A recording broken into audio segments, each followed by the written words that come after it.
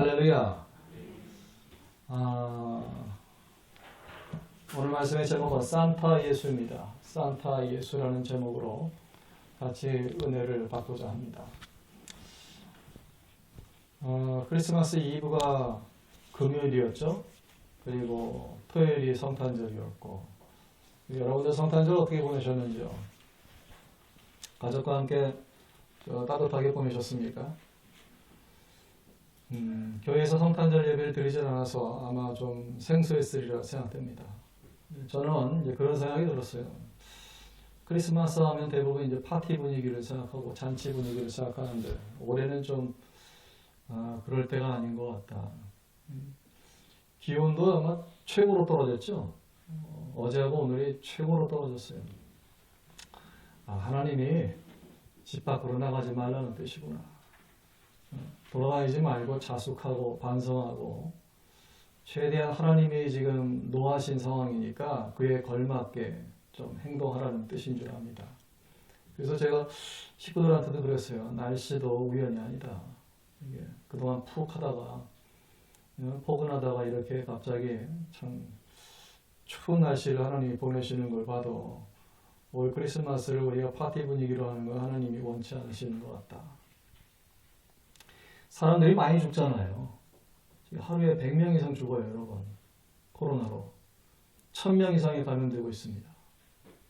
이게 거의 뭐 장례 분위기거든요, 국가가.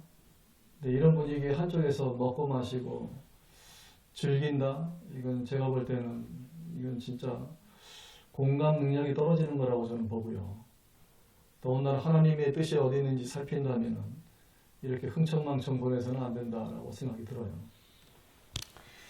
오늘 말씀의 제목은 산타 예수입니다. 세밋 그림자, 세밋 어두움에 속한 사람들이 많습니다. 지금 한쪽에서는 물질적으로 풍요로운 사람도 보이지만 한쪽에서는 참 전기세도 못 내가지고 허덕이는 사람들이 있습니다. 이럴 때 여러분들의 눈이 좀 멀리 좀 보셔야 돼요. 또 세밀히 보셔야 돼요. 그래서 조건 없이 대가 없이 베푸는 손길이 필요한 때입니다. 우리도 그렇게 도움을 받고 이 자리까지 올라오지 않았습니까? 나라가 거지였을 때 소독에서 참 뭐 담보 잡을 것도 없는 가난한 나라니까 오죽하면 파독, 광부, 간호원, 인건비를 담보로 잡아서 말도 안 되는 담보지요, 사실. 말도 안 되는 담보를 담보랍시고 잡아주고 돈을 빌려주지 않았습니까? 박정희 대통령이 참 나라를 생각하면서 펑펑 우니까 소독 총리가 같이 울어주지 않았습니까? 그런 마음, 같이 울어줄 수 있고 같이 공감할 수 있는 마음, 그런 마음이 필요하죠. 독일의 아우토반을 이렇게 박 대통령을 데려와서 보여주면서 한국도 이거 까십시오. 이 고속도로를 깔아야 나라에 동맥이 생기게 되고 피가 돕니다. 진짜 아무것도 모르는 그런 거지 같은 나라에 비전을 주지 않았습니까? 꿈을 심어주고 또 실제적인 도움을 줄 수 있는 그런 저와 여러분이 되었으면 좋겠습니다. 여러분은 부유와 가난 중에서 택하라고 하면 어느 쪽을 택하시겠습니까? 하나님께서 우리에게 말씀하시길 너는 부자로 살 거니 가난한 자로 살 거니 하고 이렇게 선택하라고 하시면 여러분은 어느 쪽을 택하시겠습니까? 요즘 사람들은 아마 100이면 99 부자 쪽을 택할 거예요. 그렇죠? 지금은 부유에 대해서 사람들이 높은 가치를 매기고 있습니다. 근데 과거에는 그렇지 않았어요. 중세 시대 이전만 해도 가난한 것이 미덕이었고 또 우리 민족도 그랬죠. 조선시대에 청민사상이라는 게 있었죠. 그래서 가난해도 깨끗한 그런 선비사상으로 사는 것을 사람들이 덕스럽게 보았고 존경했고 또 소중히 여겼습니다. 중세시대 유럽에서도 마찬가지였습니다, 여러분. 그래서 가난이 긍정적인 가치가 있었고 또 가난한 것이 멸시의 대상이 아니라 신성시되기도 했습니다. 그래서 예수님이 오죽하면 성경에도 그런 말씀하셨어요. 부자가 하나님 나라에 들어가기가 어찌나 어려운지 마치 낙타가 바늘귀로 들어가는 것보다 어렵다 그랬습니다. 그렇다면 이 말씀대로 하면 오늘날 뭐 천국 못 들어갈 사람 세고 셌죠. 우리 은평구도 지금 얼마나 지금 잘 사는 사람들이 많습니까? 저 초등학교 2학년 때 은평구에 왔을 때 그때 우리 집이 그때 아버님이 구입했던 집이 2층이었는데 2층 집에 올라가니까 스카이라운지더라고. 그러니까 다 문이고 밭이고 뭐 없으니까 여기가 온통 논밭이었어요. 이 은평구 일대가. 불광동은 완전히 분뇨통이 있는 데였고 그런 데가 지금 이렇게 땅값이 비싸지고 또 고층 빌딩들이 들어서고 외제차가 굴러다니고 잘 사는 땅이 되었습니다. 예수님은 이런 말씀하셨어요. 가난한 자들에게 하신 말씀이 있어요. 가난한 자는 복이 있나니 천국이 너희 것입니다. 그랬습니다. 이게 참 이해가 되십니까 여러분? 가난한데 타워 팰리스 이런 데 들어가지도 못하는 그 가난한 자에게 예수님 말씀하시기를 타워 팰리스보다 더 좋은 천국이 네 것이다. 너는 천국을 분양받았다. 이렇게 말씀하셨어요. 타워 팰리스 분양권은 없는데 천국의 분양권은 가난한 자에게 있다. 이렇게 말씀하셨어요. 그래서 참 이 가난과 부자에 대해서 여러분 생각을 꼭 하셔야 됩니다. 그냥 흘러갈 것이 아니고 그냥 따라갈 것이 아니고 나에게는 무엇이 유익한가? 좀 실존적인 질문을 하셔야 돼요. 중세의 교회는 부자들에게 이런 말씀을 했어요. 뭐냐면 설교 중에 자주 얘기했습니다. 당신은 돈이 많아서 죄의 위험에 노출되어 있으니까 각별히 조심해야 됩니다. 이게 부자들이 자주 듣던 설교예요. 부자는 죄에 노출되어 있다.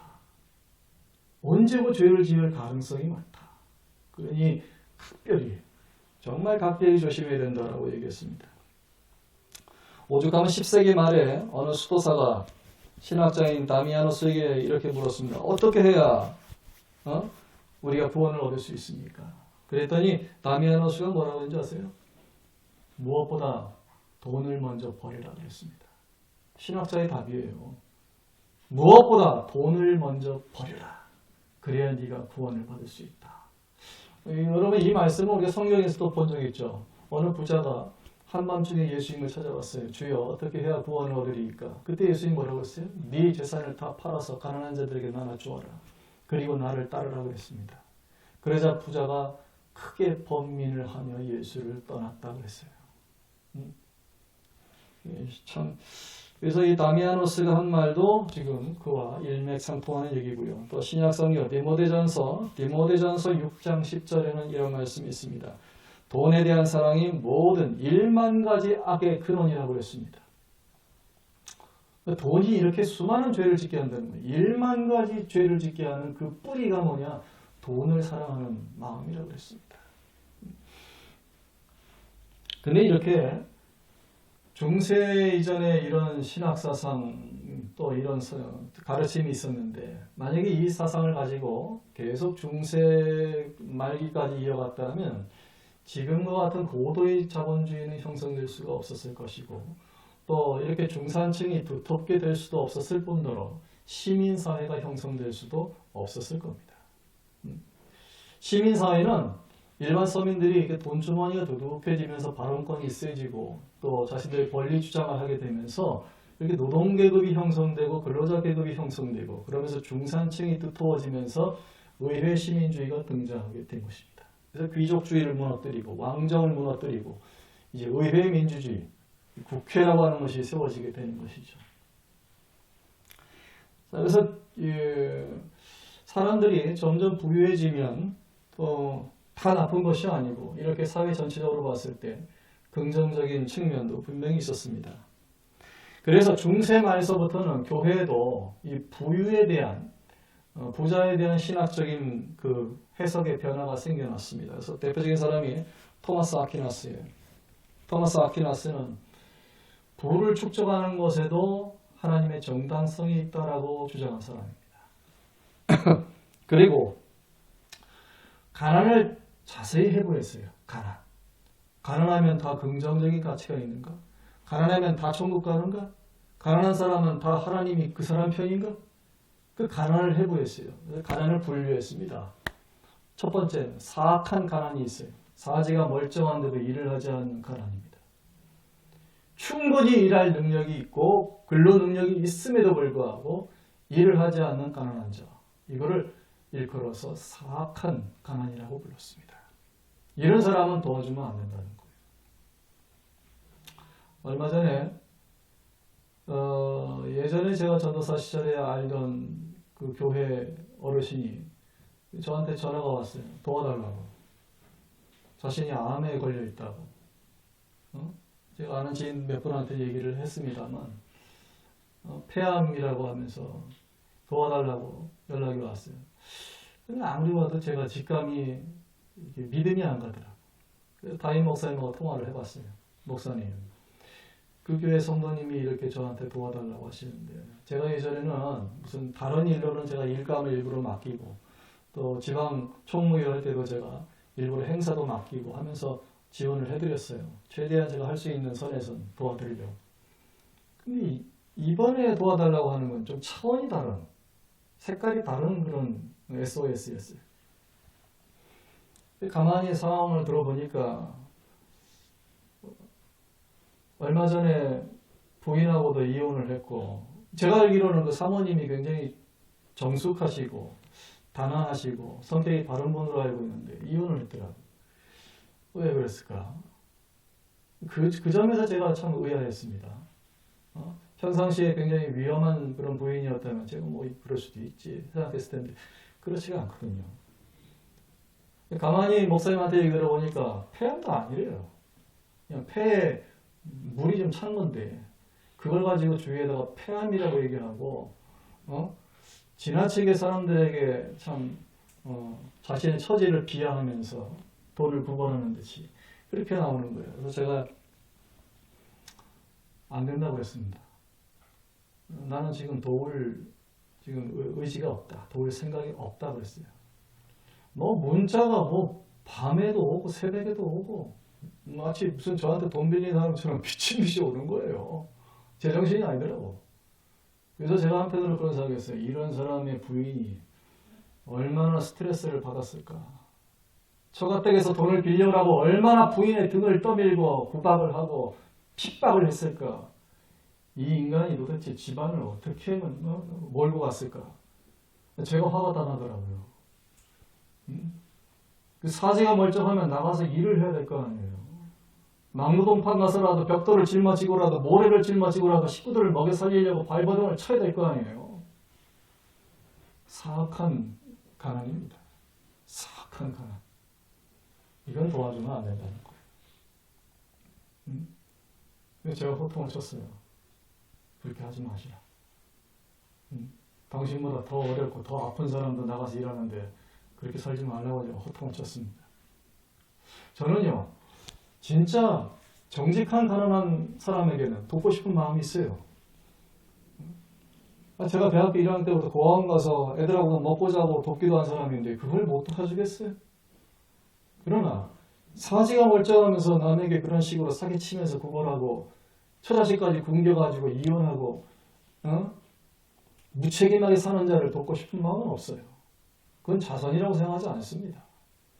사지 멀쩡한 자식이 30이 넘고 40이 넘어도 부모에게 캥거루 자식처럼 붙어가지고 부모 등골에다 빨대 꽂고 사는 자식을 돕는 거, 저는 그걸 교육기도 양육이라고 생각하지 않고 사랑이라고 보지 않습니다. 그 상대를 망치는 거예요. 그래서 가난을 두 종류로 봐야 돼요.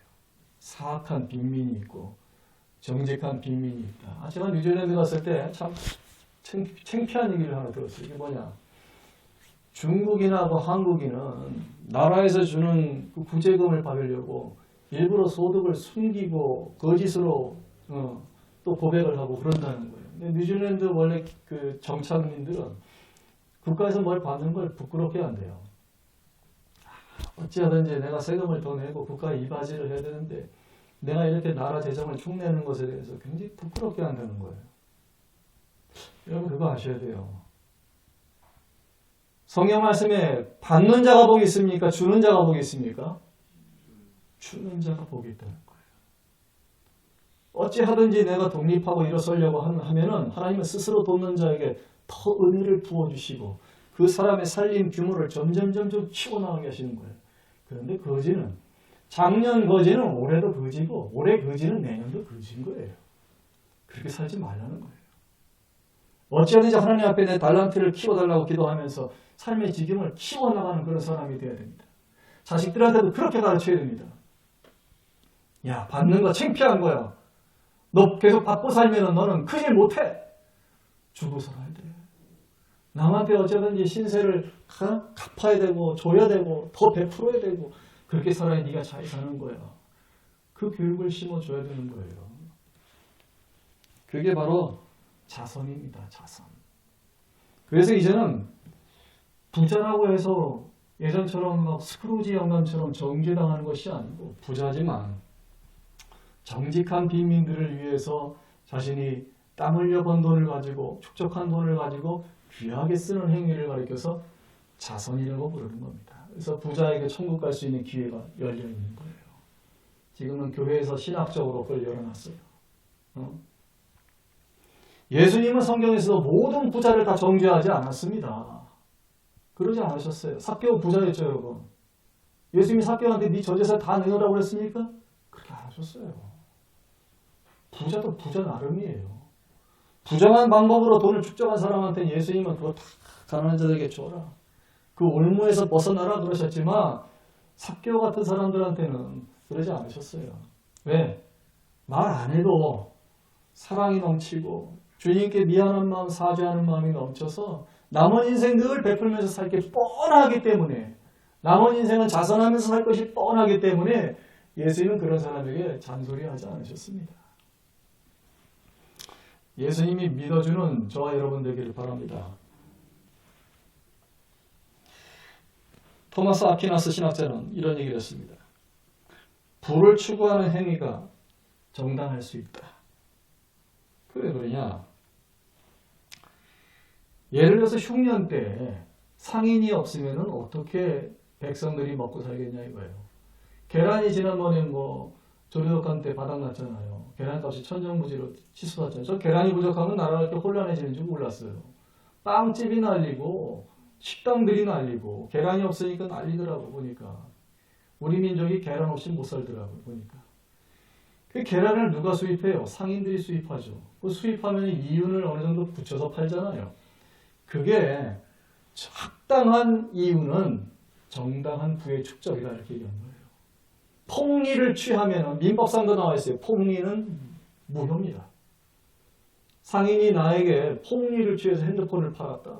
지갑을 팔았다. 그건 무효예요. 무효. 계약 자체가 무효예요. 민법상 무효입니다. 그러나 합당한 이윤을 취해서 판 거는 합법적인 부의 축적이에요. 그건 그 사람의 노동에 대한 합법적인 축적이에요. 그렇게 해서 부를 축적하는 것은 정당한 일이다. 떳떳한 부자다라고 얘기했습니다. 예전에는 중세시대만 해도 돈을 빌려주는 대부업이죠. 이 대부업자들은 사람들로부터 곱게 보지 못했어요. 요즘 스크루지 영감이라는 말이 있는 것처럼 사람들이 늘 죄인으로 봤습니다. 저 사람이 일도 안 하고 땀 흘리지도 않고 남의 돈 가지고 그저 돈만 굴려서 시간만 벌어서 먹고 사는 사람. 그래서 왜 그러냐? 돈을 남에게 빌려주고 고리 이자를 받는 행위는 시간을 팔아서 먹고 산다고 본 거예요. 예를 들어서 석 달을 빌려줬다. 석 달에 대한 고리 이자를 받아서 먹고 산다. 이건 시간을 팔아서 먹고 산다고 본 거예요. 그 시간은 하나님 건데 하나님의 시간을 가지고 저 사람이 팔아서 이윤을 취했다. 그럼 하나님의 것을 도적질했다라고 보는 거예요. 그래서 고리 대금업자들을 사회에서는 곱게 보지 않았습니다. 그런데 스콜라 철학에서는 이 대금업자, 대부업자에 대해서도 이런 말을 했습니다. 남에게 돈을 빌려주는 이 금융업도 세 가지 측면에서 공헌을 한 게 있다. 첫째는 뭐냐? 더 유리한 투자처가 있음에도 불구하고 당장 돈이 필요한 사람들에게 돈을 빌려주는 쪽을 택했다. 기회비용이라는 게 있어요. 기회비용을 포기했다는 거예요. 두 번째는 대여한 돈 역시 그들이 가지고 있는 돈 역시 과거에는 힘들게 노동을 통해서 번 돈이었다. 그 돈에는 노동의 가치가 있고 그 이윤을 취하는 것은 합당하다. 그 세 번째는 뭐냐? 미래의 불확실성이 있다. 돈을 빌려주고 떼일 수도 있고, 환수 못할 수도 있는데, 그런 미래의 불확실성을 다 떠안고 리스크를 감수하면서 돈을 빌려줬다. 그래서 금융업도 나름대로의 수고의 대가가 필요하다. 그래서 금융업을 통해서 이자를 취하는 것에 대해서 길을 터준 거예요. 그래서 이제 대규모 금융회사들이 생겨나게 됩니다. 미국의 골드만삭스, 리먼 브로더스 이런 큰 회사들이 바로 금융업이잖아요.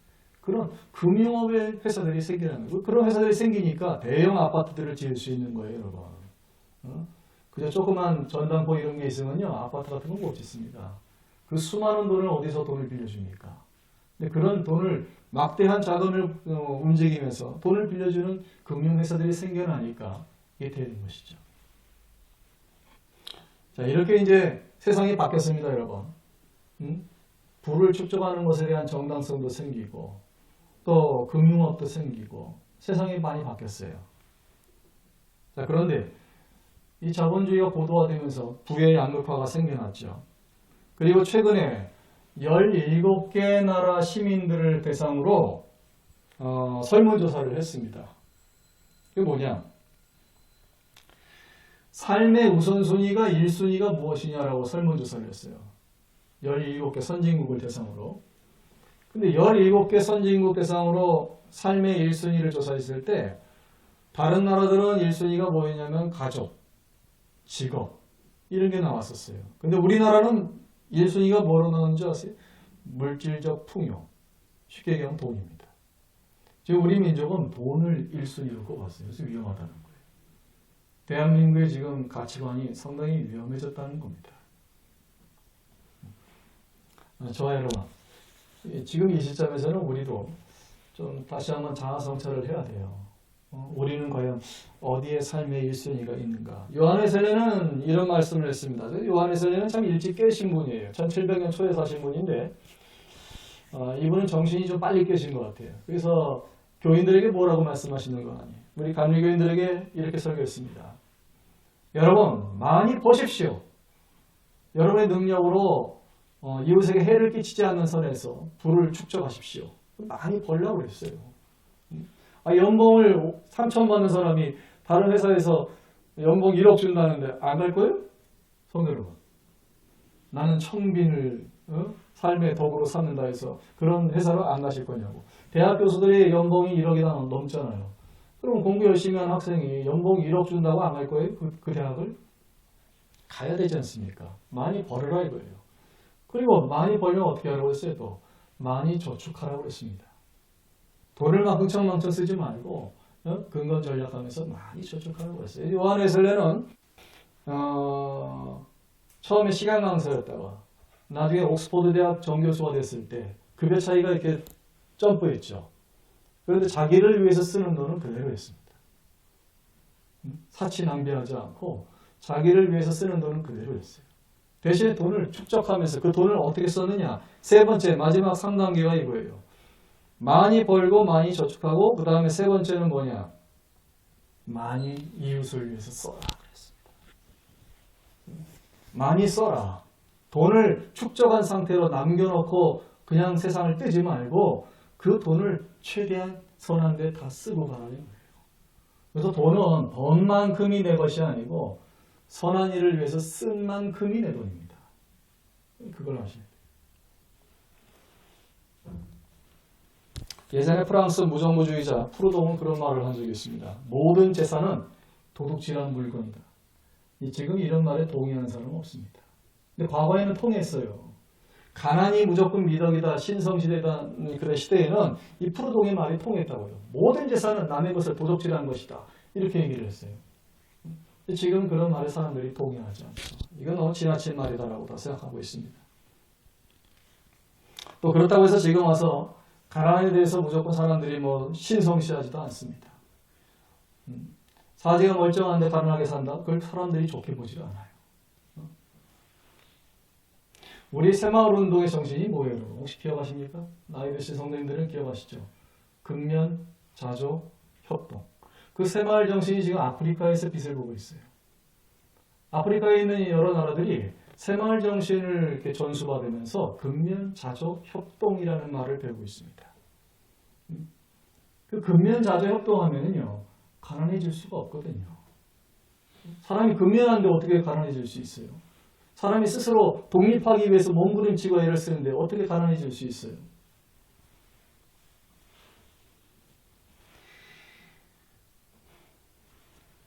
헝가리에 마르탱이라고 하는 성인이 있었습니다. 이 성인이 로마 군인 시절에 프랑스 아미탱 지역에 이제 파병을 나갔는데 추운 겨울이었어요. 오늘같이 아마 추웠을 것 같아요.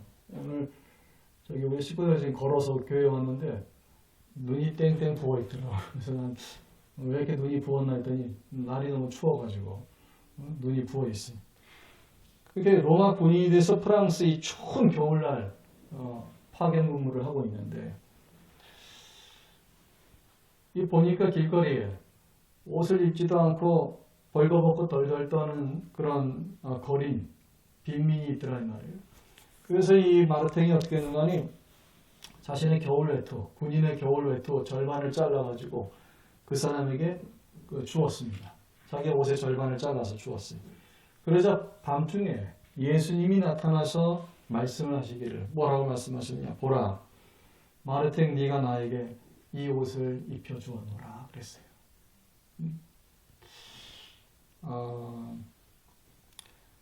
길거리에 있는 거린에게 옷을 주었지만 그 옷을 누가 받았냐면 예수님이 받으셨다 이렇게 돼요. 이게 성인 마르탱이 일화입니다. 마르탱이 꿈에서 예수님의 말씀을 들은 것을 그의 제자들이 기록을 해놓은 거예요. 오늘 성경 말씀 여러분 본문이 바로 그 말씀이에요. 마태복음 오늘 25장 31절부터 46절까지 말씀을 봤습니다. 이 말씀에 백보자 심판이 나오죠, 여러분. 이 세상의 모든 사람은 바다에서 빠져 죽든 아니면 또 전쟁에서 총을 맞아 죽든 또 자연사를 했든 죽은 모든 사람들이 한순간에 다 일어나가지고 하나님 앞에 모여들어요. 그래서 하나님이 그 사람들을 양쪽으로 편을 가르는데 하나는 오른편에 하나는 왼편에 이렇게 줄을 쫙 세우십니다. 그래서 오른편의 선자는 누구냐? 양 같은 사람이라. 왼편의 선자는 누구냐? 염소 같은 자라. 그래서 오른편의 선자는 누굽니까? 하고 물으니까 이 사람들은 의인들이라. 이 사람은 영생에 들어갈 것이요 왼편의 선자는 저주받을 자들이라. 이 사람들은 영벌에 들어갈 것이라고 하나님 말씀하세요. 그래서 묻습니다. 그러면 또 그러면 오른편의 선자는 왜 영생이고 왼편의 선자는 왜 영벌입니까? 하고 물으니까 예수님 하시는 말씀, 여기 나오는 임금이 예수님이에요. 예수님이 하시는 말씀이 이래요. 참 중요한 말씀이 나옵니다. 35절, 36절 여러분 두 절을 한번 큰 소리로 읽어보시겠습니다. 본문 35절, 36절 읽습니다. 시작.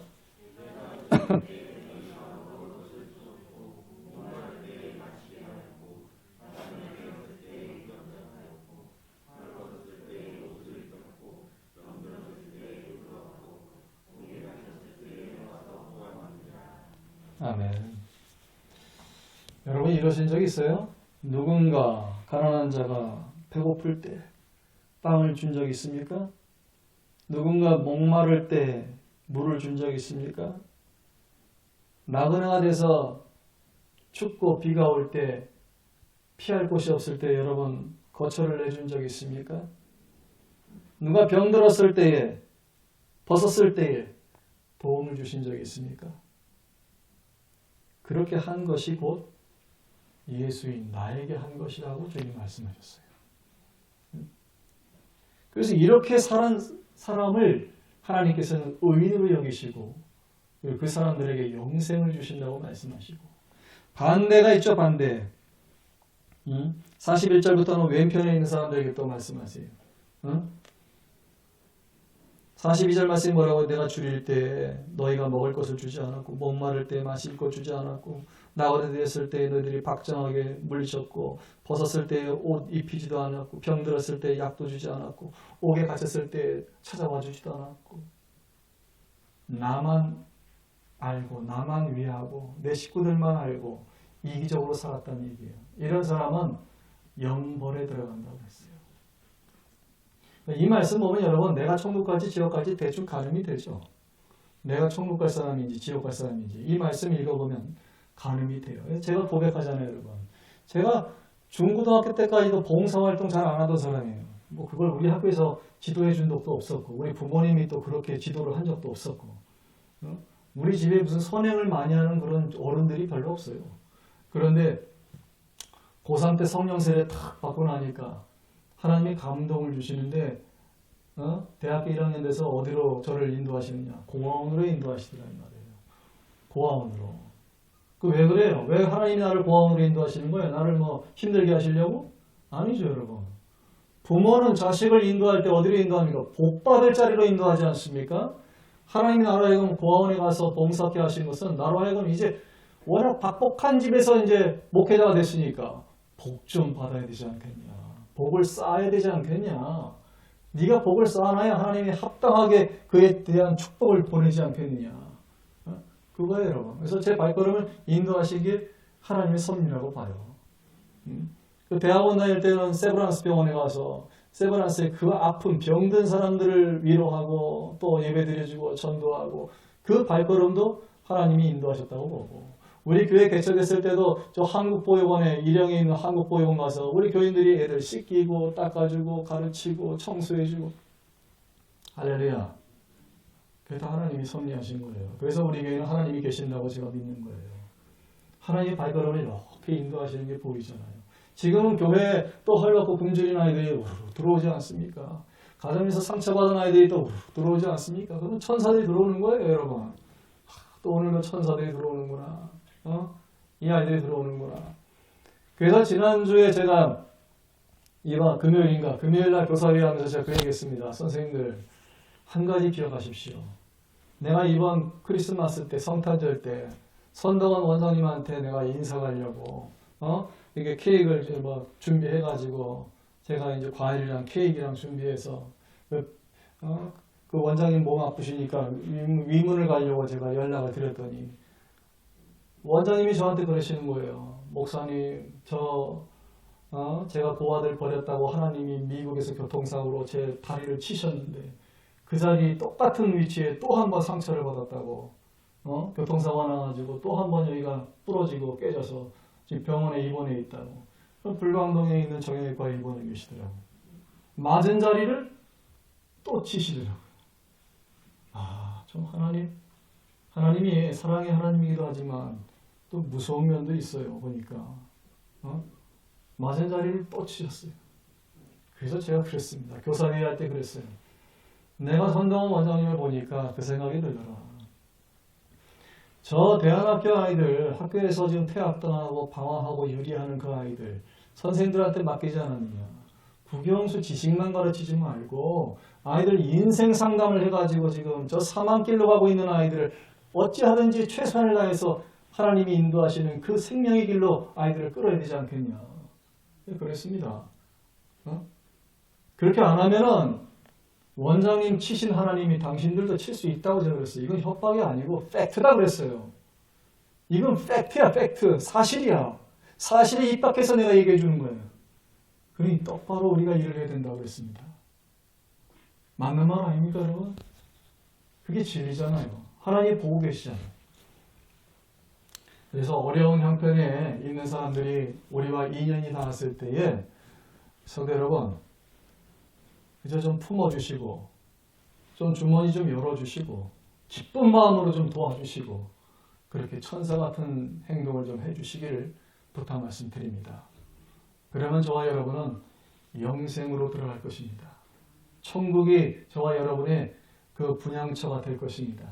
이 세상 살면서 뭐 강남 사람들처럼 그렇게 분양권 못 받아도 우리에게는 더 좋은 분양권이 주어지잖아요. 천국의 분양권이 있잖아요. 그러니까 항상 빈자들을 생각하면서 여러분이 가난하게 살라는 말이 아니에요. 요한의설처럼 정당한 풀을 축적해서 잘 보십시오. 잘 저축하시고 많이 저축하시고 그리고 세 번째 이웃을 위해서 많이 쓰십시오. 그렇게 쓰면서 사는 저와 여러분 되시기를 축원합니다.